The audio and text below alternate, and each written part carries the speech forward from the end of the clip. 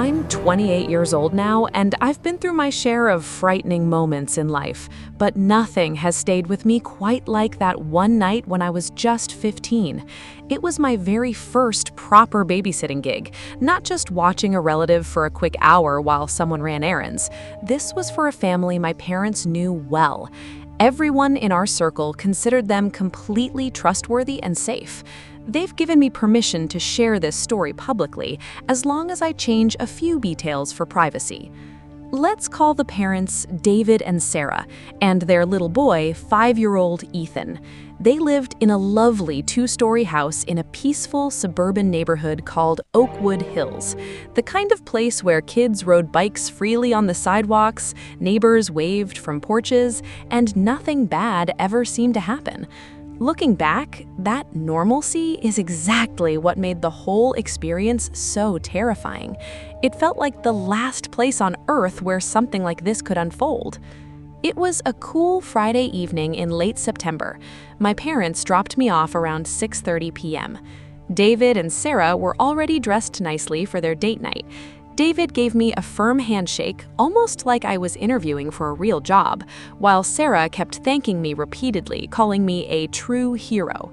They walked me through the evening routine quickly: dinner options, bedtime at 8:30 sharp, leaving Ethan's door slightly open and making sure to escort him to the bathroom if he needed it, because the hallway sometimes spooked him at night. David made a point of showing me the locks. They mostly entered through the garage, so the front door deadbolt was rarely used. The back door leading to the wooden deck had 2 locks, a regular handle lock and a heavy deadbolt at the top. "Make sure both are secured if you step outside," he emphasized. I nodded confidently, thinking it was straightforward. They headed out around 7 p.m., waving goodbye as their car pulled away. The moment they left, Ethan's eyes lit up. "Can we play board games or hide and seek?" he asked excitedly. The house was larger than I expected: spacious rooms, long hallways, and plenty of nooks and crannies, so I gently talked him out of hide and seek to avoid any accidents. We settled on a fun card matching game at the living room coffee table, followed by a colorful kids' video game on the console in the family room. It was one of those simple adventures where the character just runs around collecting items and can't really lose. Around 7:45 p.m., I warmed up the dinner Sarah had prepared: cheesy macaroni and crispy chicken nuggets, the ultimate babysitter win. Ethan ate happily in front of the TV, something his parents probably didn't allow every day, but I wanted our first evening together to feel fun and relaxed. After dinner, we brushed his teeth upstairs and headed to his bedroom on the 2nd floor. The upstairs hallway was wide and carpeted, passing a couple of guest rooms and a bathroom before ending at Ethan's room.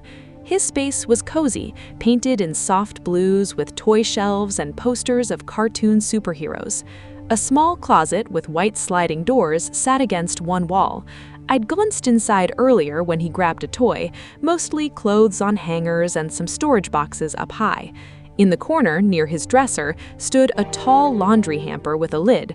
A gentle yellow nightlight glowed softly from the dresser, casting warm shadows.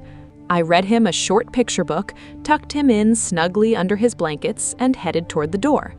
As I was leaving, Ethan whispered, "Can you stay in the hallway for a little bit?" I waited outside his cracked door, listening to him rustle around for about 30 seconds before everything went quiet.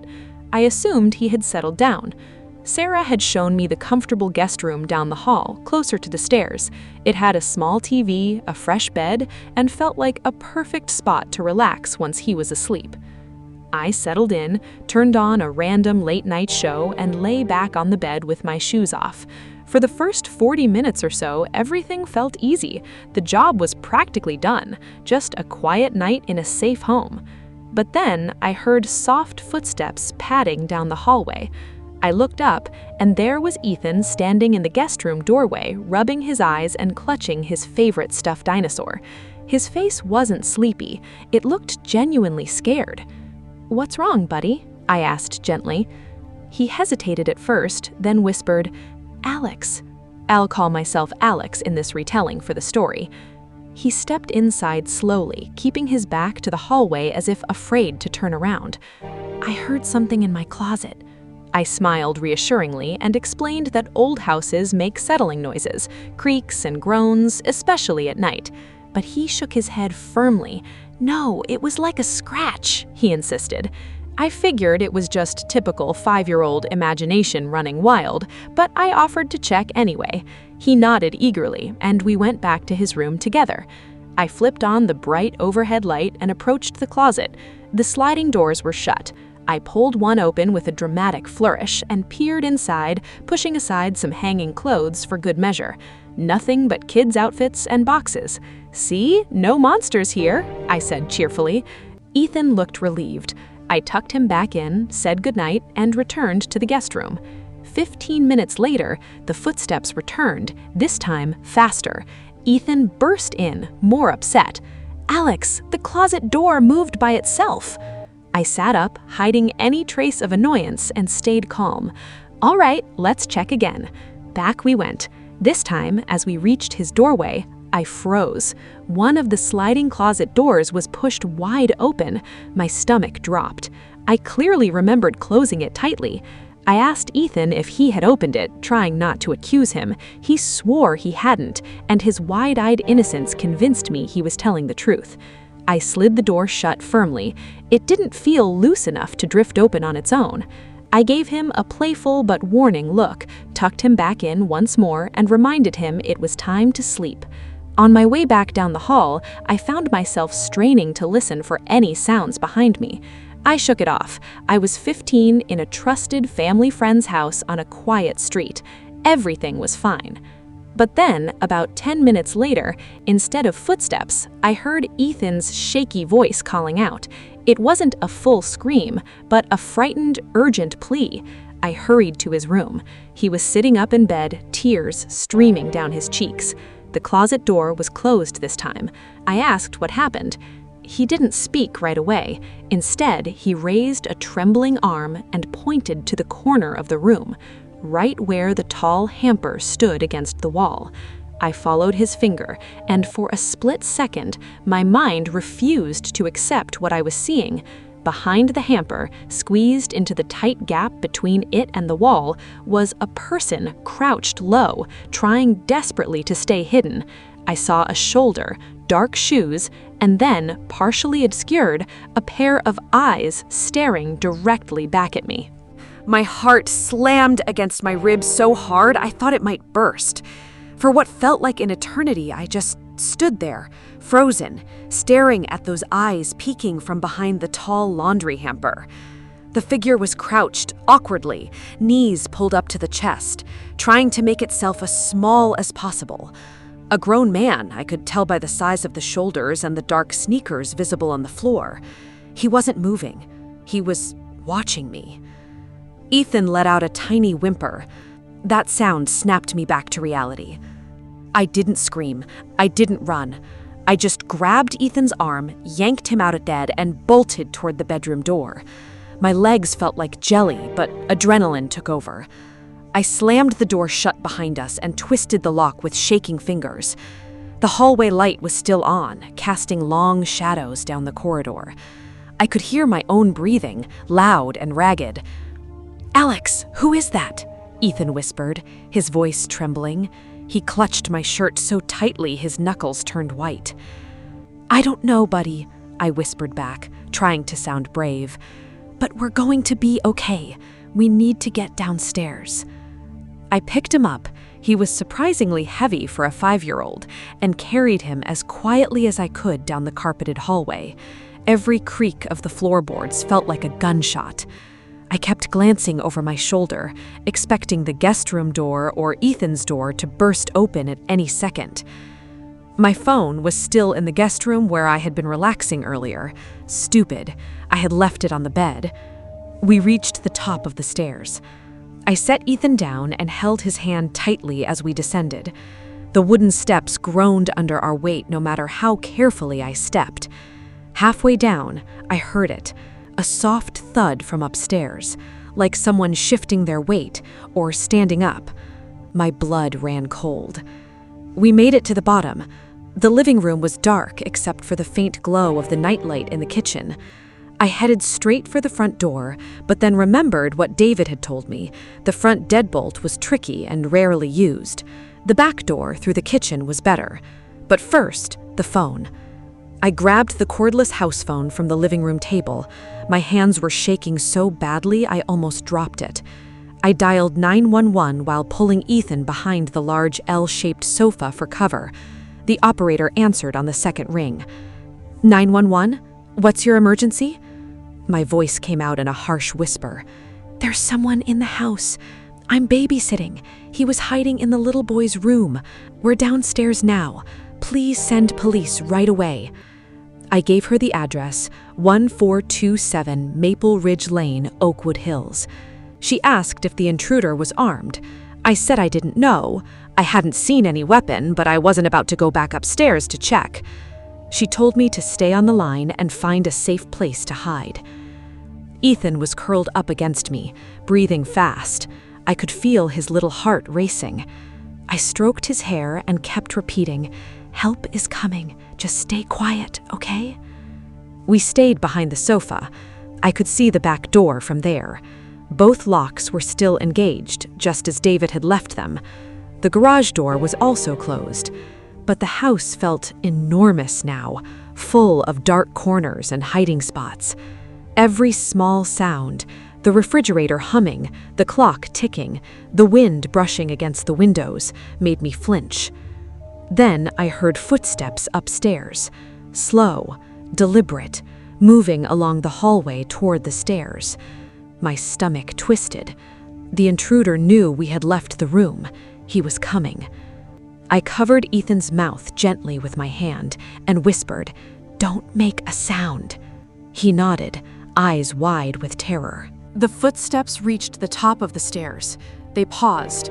I imagined him standing there, listening, deciding what to do next. Then they started descending, one slow step at a time. I peeked around the edge of the sofa. In the dim light, I could see a silhouette at the bottom of the stairs, tall, wearing dark clothes. He stopped and looked around the living room. The 911 operator was still on the line, whispering instructions. "Police are 5 minutes away. Stay hidden. Do not confront him." 5 minutes felt like 5 hours. The man moved toward the kitchen. He was looking for us. I held my breath.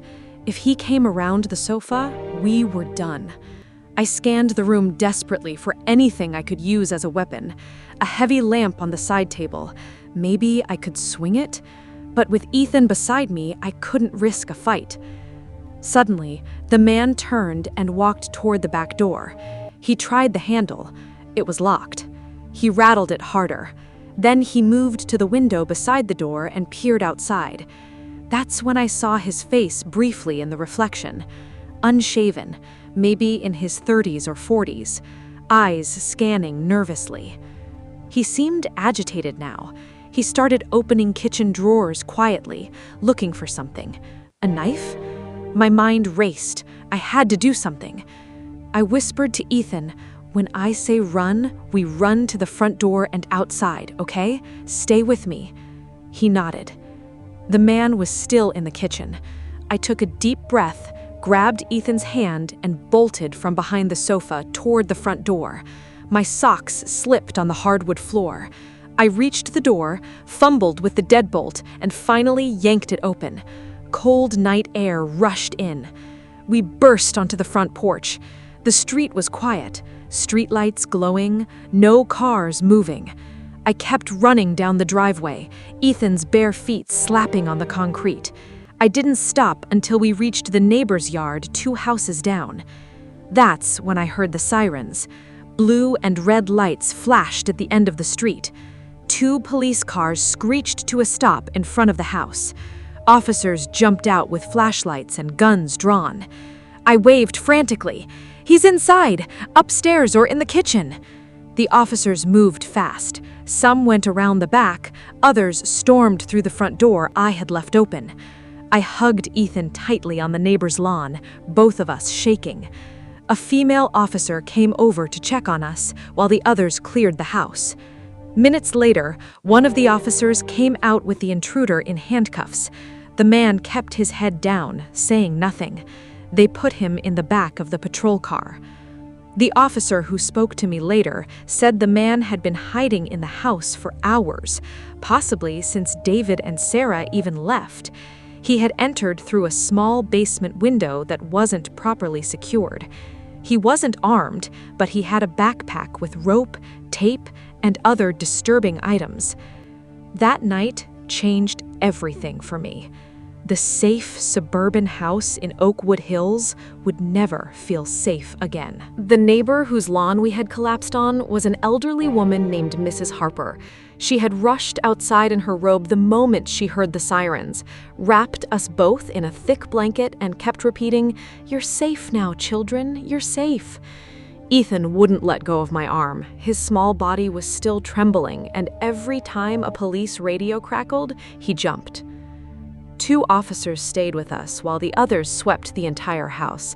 I could see flashlight beams moving behind the windows, upstairs, downstairs, even in the basement. The arrested man sat silently in the back of the patrol car, his head lowered so I couldn't see his face clearly anymore. Every few seconds, I glanced at him, half expecting him to somehow break free and come after us again. A kind female officer named Officer Ramirez knelt down in front of us. "Alex, can you tell me exactly what happened from the beginning?" Her voice was calm and steady, which helped me breathe a little easier. I recounted everything. The first closet noise, the second time the door was open, the third time when Ethan pointed at the hamper and I saw the man hiding there. She wrote it all down carefully. "How long do you think he was in the house?" I asked her. She hesitated. "We're still checking, but it looks like he may have been inside for several hours, possibly since the afternoon. He knew the routine." My stomach turned. That meant he had been there while David and Sarah were still home, maybe even watching them leave, watching me arrive. Within 15 minutes, David and Sarah's car came speeding down the quiet street. They must have gotten the call from the police while they were still at the restaurant. Sarah jumped out before the car fully stopped, her face pale with terror. She ran straight to Ethan and pulled him into her arms so tightly I thought she might never let go. David came to me, placing both hands on my shoulders. "Alex, I don't even know what to say. Thank you. Thank you for protecting my son." His voice cracked. For the first time since everything started, I felt tears burning in my eyes. I had been holding everything together for Ethan's sake, but now the weight of it all crashed down. The officers updated the parents quickly. The intruder had entered through a small, partially hidden basement window at the back of the house, one that was usually covered by bushes and rarely checked. He had disabled the motion sensor light outside with a simple trick. Once inside, he had quietly moved through the house, familiarizing himself with the layout while everyone was still awake. He waited patiently until Ethan was asleep and I was alone in the guest room. They found his backpack in the basement.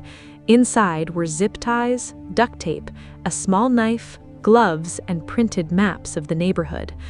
Officer Ramirez didn't give every detail in front of Ethan, but the look she exchanged with David told me it was much worse than I had imagined.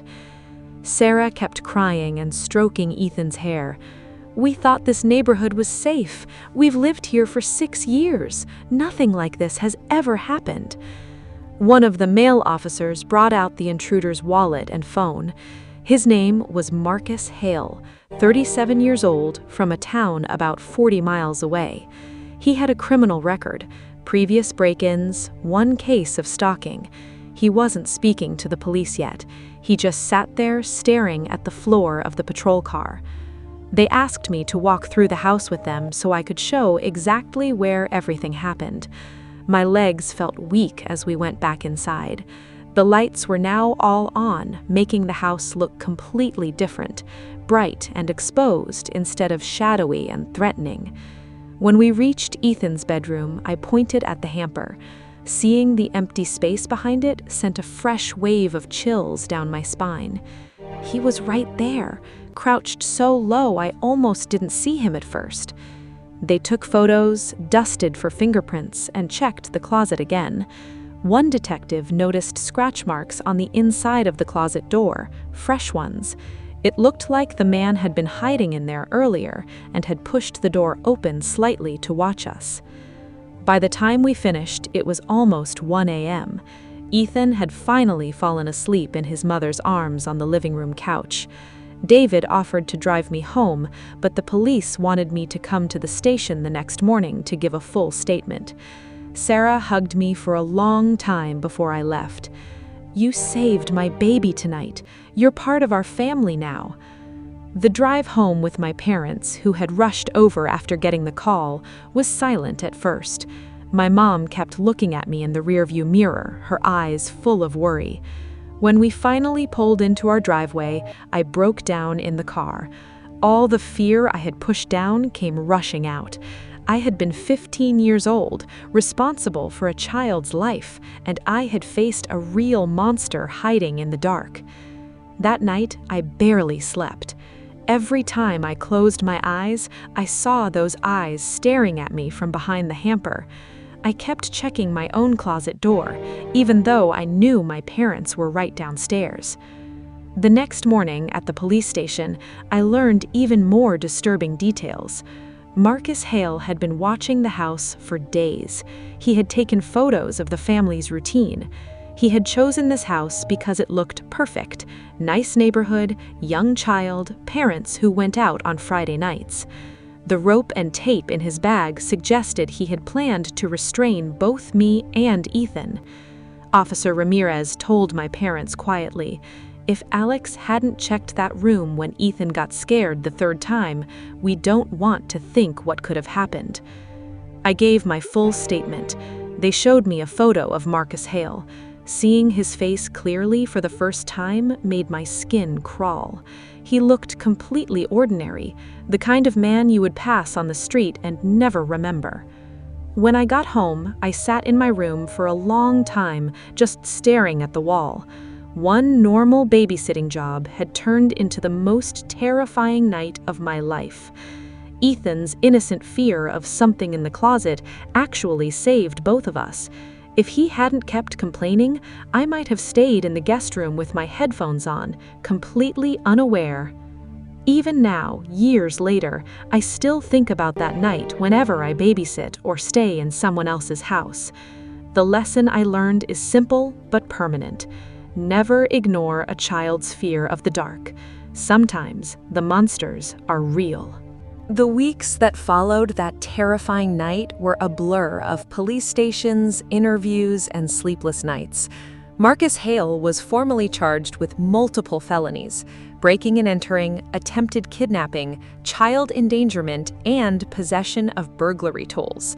The district attorney told David and Sarah that the case looked very strong because of my detailed statement and the physical evidence found in the house. But even with all that, the legal process dragged on much longer than I expected. I had to go back to the police station 3 more times. Each visit brought new details that made my skin crawl. Detectives discovered that Marcus had been planning this for over a month. He had created a folder on his laptop with photos of the Oakwood Hills neighborhood, specifically focusing on families with young children. He had notes about our house, what time the lights usually went off, which cars were parked in the driveway, even the days Sarah took Ethan to preschool. He had been watching us like a predator studies its prey. One detective showed me a printed schedule he had made. Friday nights were marked in red. Date night, it said. That was the night he chose because the parents would be out and only a young babysitter would be left behind. The thought that someone had been stalking the family for weeks made me sick. At school, the story spread quickly. My friends wanted every detail, but I didn't want to talk about it. Some kids treated me like a hero, but I didn't feel like one. I felt lucky, nothing more. David and Sarah's parents called me almost every day for the first 2 weeks. Sarah would put Ethan on the phone, and his little voice would ask, "Alex, are the monsters gone now?" I always told him yes, but deep down I knew some monsters leave scars that don't disappear easily. The worst part came when the defense attorney requested a meeting. They wanted to offer a plea deal. Marcus's lawyer claimed he had mental health issues and that he never intended to hurt anyone. He said he was just looking for a place to sleep. But the evidence told a different story. The rope, the tape, the knife, the detailed notes. The prosecutor refused the weak plea and pushed for the maximum sentence. During this time, I started having nightmares. In my dreams, I would be back in Ethan's room, but instead of finding the man behind the hamper, he would step out of the closet with a smile, and the door would lock behind us. I would wake up sweating, heart pounding, checking every shadow in my own bedroom. My parents installed new locks on all our windows and got a security system. They didn't say it was because of what happened to me, but I knew. David and Sarah completely changed their home. They added security cameras inside and outside, reinforced every basement window with metal bars, and installed a smart alarm system that connected directly to the police station. They even got a big German Shepherd puppy named Max to keep Ethan company and make the house feel safer. Ethan loved Max, and slowly he started sleeping in his own room again, but only with the closet door removed completely. They took the sliding doors off and turned it into open shelves so nothing could ever hide there again. 3 months after that night, the trial date finally arrived. I had to testify. Sitting in the courtroom, wearing the suit my dad bought me, I felt smaller than ever. Marcus Hale sat at the defense table looking down. When it was my turn, I told the entire story again. The closet noises, the open door, the moment I saw him crouched behind the hamper. My voice stayed steady until I described grabbing Ethan and running. That's when the tears came. The judge gave me a moment to compose myself. The defense tried to suggest I was exaggerating because I was young and scared. But the physical evidence and the 911 call recording destroyed their arguments. The operator had recorded everything: my whispered voice, Ethan's quiet breathing, the footsteps on the stairs. When the jury heard that recording, several of them looked visibly shaken. After 4 days of testimony, the jury took less than 2 hours to reach a verdict: guilty on all counts. The judge sentenced Marcus Hale to 22 years in prison, with no parole for the first 15. When the gavel came down, I felt a strange mix of relief and emptiness.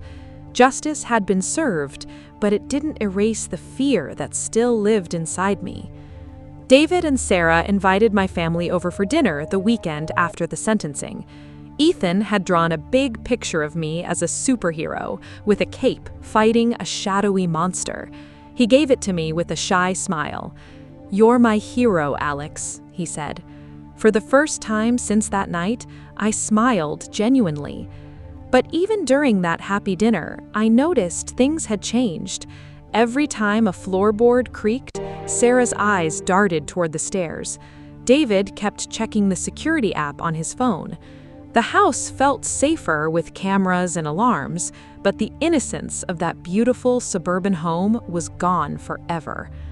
I continued babysitting after that, but never the same way. I always checked every closet, every space under the bed, and every window lock before the parents left. I installed a safety app on my phone that sent my location to my parents every 30 minutes. I learned to trust children's instincts more than my own logic. If a kid says something is wrong, I listen, no matter how silly it sounds. Years later, I still drive past Oakwood Hills sometimes. The house at 1427 Maple Ridge Lane looks the same from the outside. Neat lawn, flower beds, kids' bikes in the driveway. But I know the truth. Behind those pretty walls, a family learned the hardest way possible that safety is never guaranteed. And I learned that sometimes the scariest monsters don't hide under the bed. They hide in plain sight, waiting patiently in the dark. A few years ago, I received a letter from the prison. Marcus Hale had written to me. In it, he claimed he was sorry, that mental illness had driven him, and that he had found God behind bars. He asked for forgiveness. I stared at that letter for a long time. Part of me wanted to burn it. Another part felt pity for a broken man who had wasted his life and nearly destroyed ours. In the end, I didn't reply. Some things can't be forgiven with words. He will serve his full sentence, and maybe one day he will truly change. But that's his journey, not mine. Today, when I babysit, which I still do occasionally for close friends, I follow a strict routine. I arrive early, walk through every room with the parents, check all windows and doors, and make sure the child knows I'm there to keep them safe. I keep my phone charged, location sharing on, and I never wear headphones. Small habits that give me peace of mind. That night in the house on Maple Ridge Lane taught me that courage isn't the absence of fear. It's acting despite the fear. It's grabbing a scared 5-year-old's hand and running toward safety even when your legs feel like they might give out. It's facing the police, the courtroom, and the nightmares afterward and still choosing to live fully. To anyone watching or listening to this story, if you're ever in a situation where something feels off, speak up. Check the closet.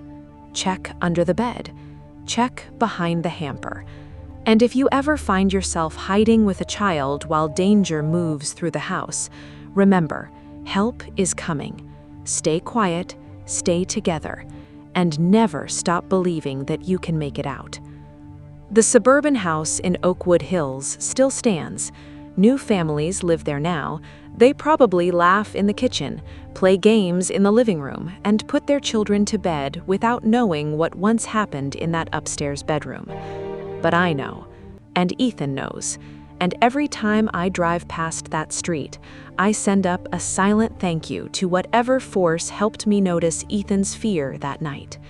Because if I had brushed it off as just another childish nightmare, this story would have had a very different ending. Thank you for listening to my story. Stay safe, check your locks, and always listen to the children. Sometimes they're trying to warn us about the monsters we can't see. Even now, at 28 years old, that single night still follows me like a shadow I can never quite shake off. I finished high school, went to college, and eventually built a career as a youth counselor, helping children and teenagers process their own fears and traumas. People often ask me why I chose this path. I usually smile and say something generic about wanting to make a difference. But the real answer always goes back to that cool September evening in Oakwood Hills. After the trial ended and Marcus Hale was sent away for 22 years, life slowly tried to return to normal, but normal had been permanently rewritten. David and Sarah sold the house 2 years later. They couldn't walk past Ethan's old bedroom without remembering. They moved to a smaller, more modern home on the other side of the city with a gated community and 24-hour security. Ethan is now 11 years old, a bright, energetic kid who loves soccer and video games. He doesn't remember every detail of that night, but he still sleeps with his closet doors removed and a nightlight that stays on until morning. I stayed in touch with the family. Every birthday, Ethan sends me a drawing or a short video message. In one of them last year, he said, "Alex, thank you for saving me from the bad man. I want to be brave like you when I grow up." Those words hit me harder than any medal or news article ever could. I wasn't brave that night. I was terrified, but I did what I had to do, and that made all the difference. The experience taught me lessons I now share with every young babysitter I meet through my work. First, always trust a child's instincts. Kids sense things we adults have learned to ignore. If a child says something feels wrong, check thoroughly, and then check again. Second, never assume a nice neighborhood means safety. Monsters don't care about white picket fences or good schools. Third, preparation matters.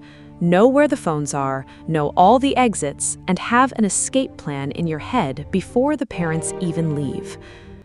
I also started speaking at local community events about home safety. I tell parents to check every window, every basement entrance, and every possible hiding spot before leaving their children with a sitter. I encourage families to install cameras and alarms, not because the world is full of evil, but because one moment of carelessness can change everything. Sometimes people ask if I'm still afraid of the dark. The honest answer is yes, but it's a different kind of fear now. It's a respectful fear. I no longer see darkness as empty. I know it can hide things, so I move through it carefully, always aware, always ready.